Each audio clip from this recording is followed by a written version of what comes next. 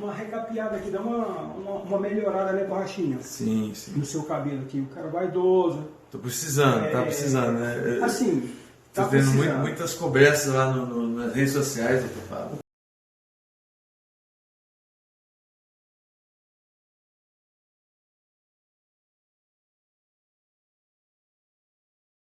What's up guys, Derek, moreplaysmartdates.com. Today we're going to be talking about Paulo Costa. Yes, we have revisited the discussion, and the guy kind of brings it upon himself when he talks about the secret juices that he's ingesting all the time. Could he be trolling? Could he be not? You know, is he just fucking with people? In reality, you know, the truth about his saucy status is, you know, he's not going to disclose it, obviously. You know, he's going to say he's natural until fucking day he dies, probably. But if you want to see my breakdown on if Paulo Costa is indeed natural or not, you can check out my fucking documentary I put out, essentially. And, you know, I broke it down with elaborate detail on some of the UFC testing parameters, you know, what I think he could be doing, what I think he's probably doing, you know, what, you know, evidence is, you know, piled up against him. Does he seem like the kind of individual who would be cheating? How would he be doing it? Is he doing it? All that kind of shit is answered in that video. But here, I got tagged a lot in a few posts that came up the other day of him getting what appears to be a hair transplant.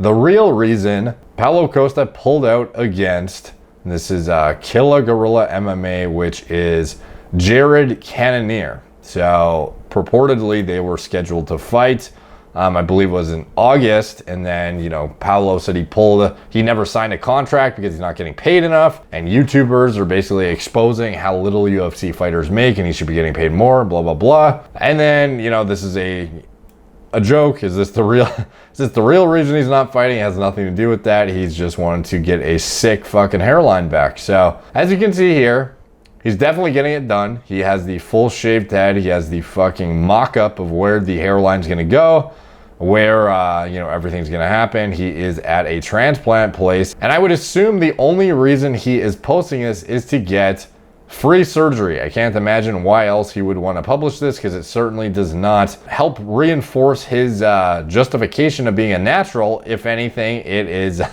like a lot of the comments are just riddled with people being like, this is what happens when you take steroids. And it's like, obviously a common side effect of anabolic androgenic steroids is the exacerbation of hair loss. If you are prone to androgenic alopecia, you will indeed have it be expedited by supraphysiological androgens. So with Paulo, you know, one of the guys who does not pass the eye test with the most ridiculous severity in the UFC, like he's one of the most obvious cases of a guy you would be like, yep, that's a juice head. And here he is getting a hair transplant, you know, at a very young age. It does not really, you know, bode well for his, you know, again, his argument there. This is the page that did the surgery on him. You can see him here with in front of Transplant. This is in Brazil.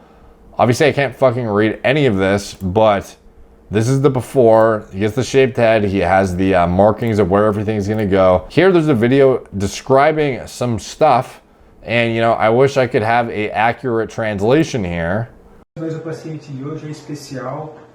É irmão de grande amigo meu e também é atleta bem reconhecido, atleta do UFC, de ponta, é Paulo Costa.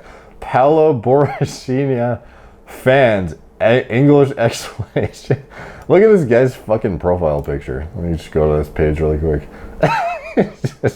That is a fucking mugshot from, looks like from an interesting angle.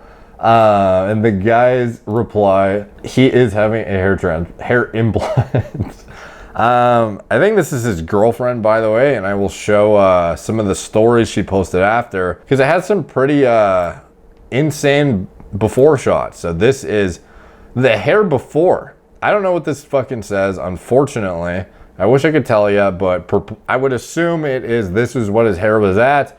This is why he's seeing Dr. Pablo in order to get his hair done. I don't know, maybe if somebody can translate, that would be great, but this is a really interesting pattern of androgenic alopecia too. This is like severe diffuse thinning.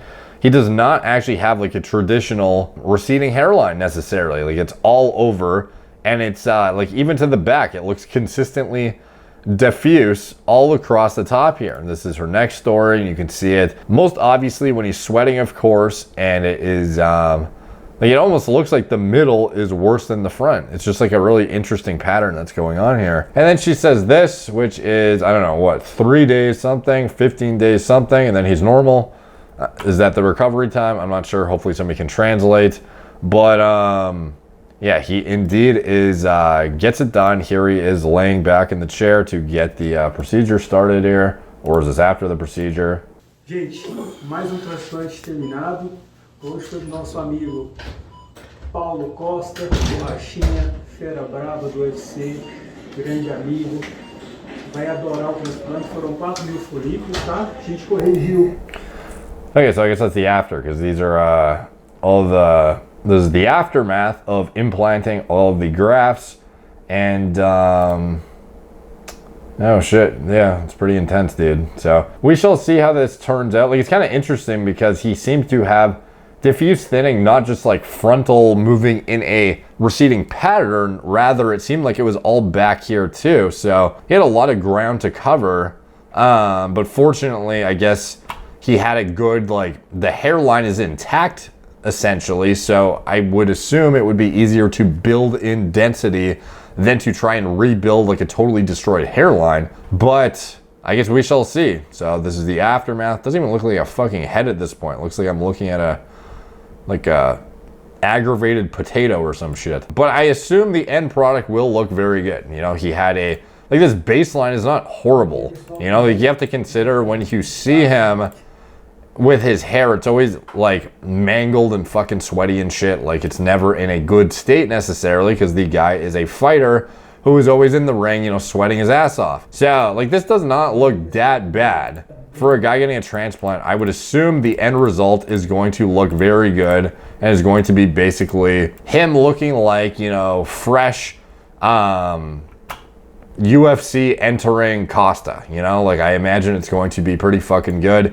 And he's going to be happier with the result. So, you know, if that helps him with his confidence in the ring, looking like more of a fucking hoss, then great. Because, you know, it would be great to see him come back and take on Adesanya again. I don't know how realistic of a probability, how likely that is to happen. But, you know, he definitely did not show his, you know, skills very well in that first bout. And it seemed like he was very tentative, despite his normal, you know, forward pushing, you know, very aggressive style of fighting. And, like, obviously he was just being very careful, but obviously Adesanya being able to pick the strikes like that and picking apart his fucking leg did not work well in Paulo's favor, and I think he probably would have been served better.